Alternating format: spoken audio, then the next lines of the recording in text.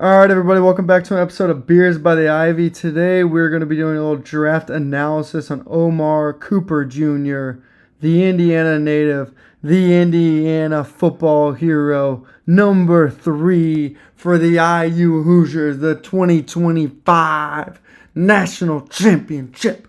IU Hoosiers under the great Kirk Cignetti. All right. That was a ridiculous intro, but yeah, I appreciate it, man. Good to see you guys again. I'm glad to be back. A little Beers by the Ivy video. I've been focusing mainly on hockey. So celebrating that United States hockey win. Grew up playing hockey, so it's just great to see them win. That was an unbelievable experience. And 2 for 2, guys. IU football and USA hockey. It's good for the old Beers by the Ivy. But yeah, Omar Cooper Jr. Yeah, let's see, 22 years old, 6 foot, 204 pounds. Lawrence North High School in Indiana. That's in the MIC. That's in the best high school conference in Indiana. I used to play in that conference. Hell of a conference. A lot of good football players come out of there. So, yeah, great for Omar Cooper Jr. I'm going to go through his tape, obviously, but I just want to talk a little bit more about him before we get going here. Into the season, I was a big Cooper Jr. fan. I thought he was going to be our number one receiver.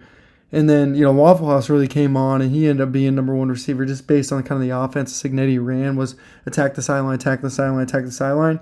And obviously Waffle House is one of the best receivers at those jump ball battles, fade routes, out routes, etc. But in my opinion, Cooper Jr., he can do it all, and he's up there. I mean, my initial draft grade on Cooper Jr. is second rounder. And I don't mean that as a downplay. I think he's going to get drafted in the second round. I don't think any team is going to see some flat out unbelievably elite trait.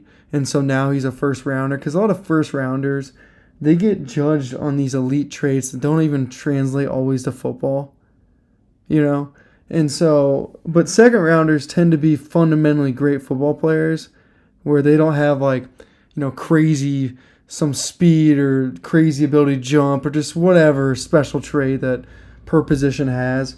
But I'll tell you right now, Omar Cooper Jr. is one hell of a football player. He's a smart football player. He's a tough football player. I think he's going to be one hell of a pro. And I'm really looking forward to seeing what team picks him up. I'm sure it'll be a team that is an intelligent team, a good team. I'd love to see him go to the Bills or a team that can win now, because I think he's ready to make a great impact, because once again, he's a fundamentally great football player, and that's what works in the NFL. Like in any level in football, we get told that talent and all this nonsense matters, specifically at the quarterback position. No, football skill will always win. Football intelligence will always win. And we saw that full display with this IU team. Now, I think Omar Cooper Jr. is one of the best blocking receivers in this year's NFL draft. And you can make fun of me all you want, but blocking's a fundamental aspect of the sport of football, and it's something I do not ever overlook. I don't have a lot of clips on this, to be honest with you. I just wanted to just call this out. They're literally using him on a pull block against Scott, who's one of the best defensive backs in all of college football, and gets enough contact. But that's just trust in the coaching staff that they're going to bring a receiver over to do a kick out block. All right, that says a lot about his toughness. It says a lot about his football character, and remarkable to see. And once again, his just downfield blocking. The entire IU receiver core was incredible blocking. All right, but Cooper Jr. has that. He's no soft cheese pancake. He's the man. All right, I think the superpower of Omar Cooper Jr. is yards after catch, and we saw that continuously. I kept calling him Deebo Samuel. It's just he's got this motor. When he gets the ball in his hands, people miss him. They really do. He's a hard guy to bring down. You got to hit, wrap, and drive. He's got great hands. He's big, too. I saw him in real life twice. I was lucky enough to see him in real life twice.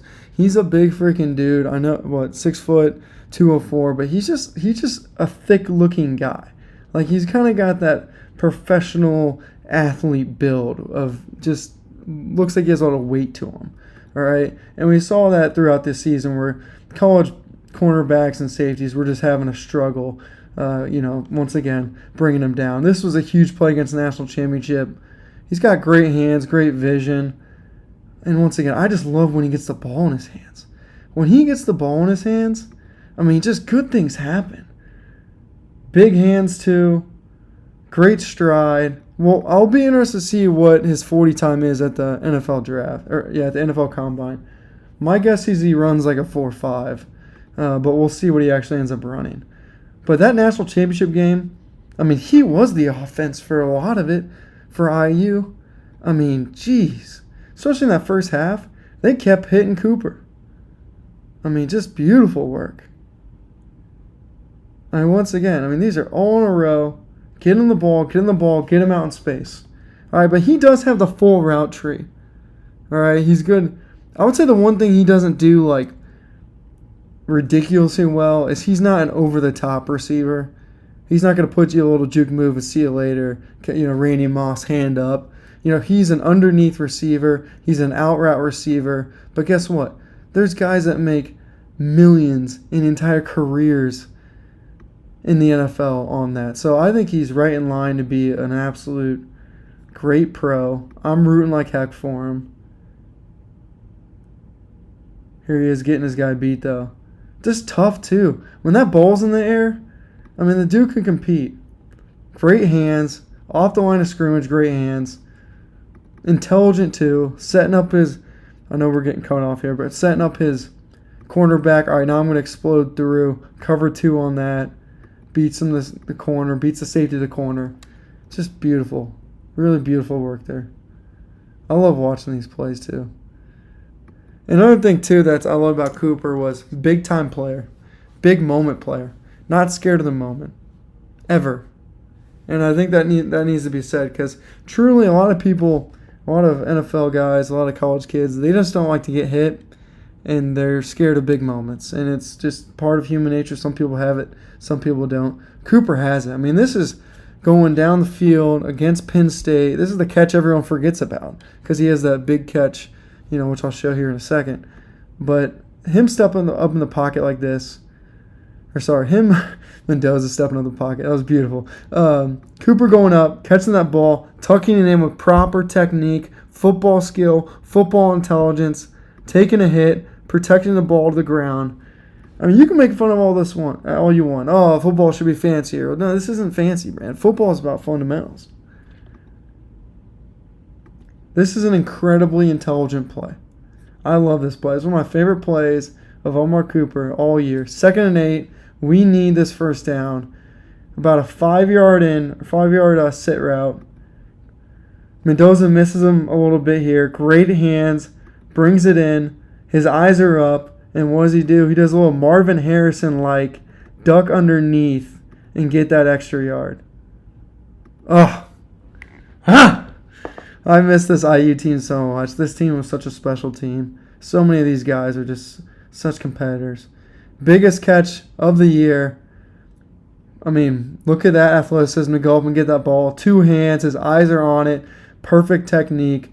And then the wherewithal to get a foot down. Look where the ball's at. It's tucked under what I believe that's his right arm. And if it is, I want to call that out because that's an intelligence as well to understand. I think it might be in his left arm. All right, it's his left arm. You would like to see the right arm, but nonetheless. You always try to go away from like a dead defender, but that's all right. But look at this. Regardless, absolutely a remarkable catch. One of the greatest catches in college football history. I'm going to go ahead and say that. I mean, just seriously, putting IU's entire season on the line, he goes up and gets a play. All right. Long story short, as I said in the opener, I expect him to be a second rounder. I think some people in the draft community a little bit, wrote him off, and then now they're starting to study his tape, and they're starting to realize what a high impact player this guy is, specifically in the yards after catch game, in the blocking game, and then in anything in the underneath or out route game is really his place where he shines. And I just hope he goes to a team, that uses him correctly, where he can have a good career. Call it the Broncos, with Sean Payton, the Bills. I think he'd be, unfortunately, a great Patriot. But yeah, just a team. Rams, I think he'd be great in the Rams. Chiefs, I think he'd be incredible if the Chiefs draft him. Now, I don't think they will because I think they're going to go get their running back from Notre Dame. So they're probably not going to go offense in terms of skill position, but you never know. But yeah, I just hope he doesn't go to a team that just is in a way building. I would love to see him go to a team that is just ready to roll. Alright guys, I appreciate it. Thanks for hanging out. I know this video is pretty relaxed. Please consider subscribing, and yeah, we'll have a lot more going. I'm going to have some pretty detailed breakdowns on a couple other guys. I'm going to break down Arville Reese because I really want to get to the bottom if I think he's better than Bain Jr. because everyone's anointing him to be better than Bain Jr. But sometimes with Arville Reese, I watch his games because my family is obviously Ohio State fans. I've talked about that a lot. And I feel like he's scared of contact. And there's so many times where he's at the ball, but he's not tackling the ball. So I'm going to watch his tape further. So that'll be one of my upcoming videos. All right, guys. Peace.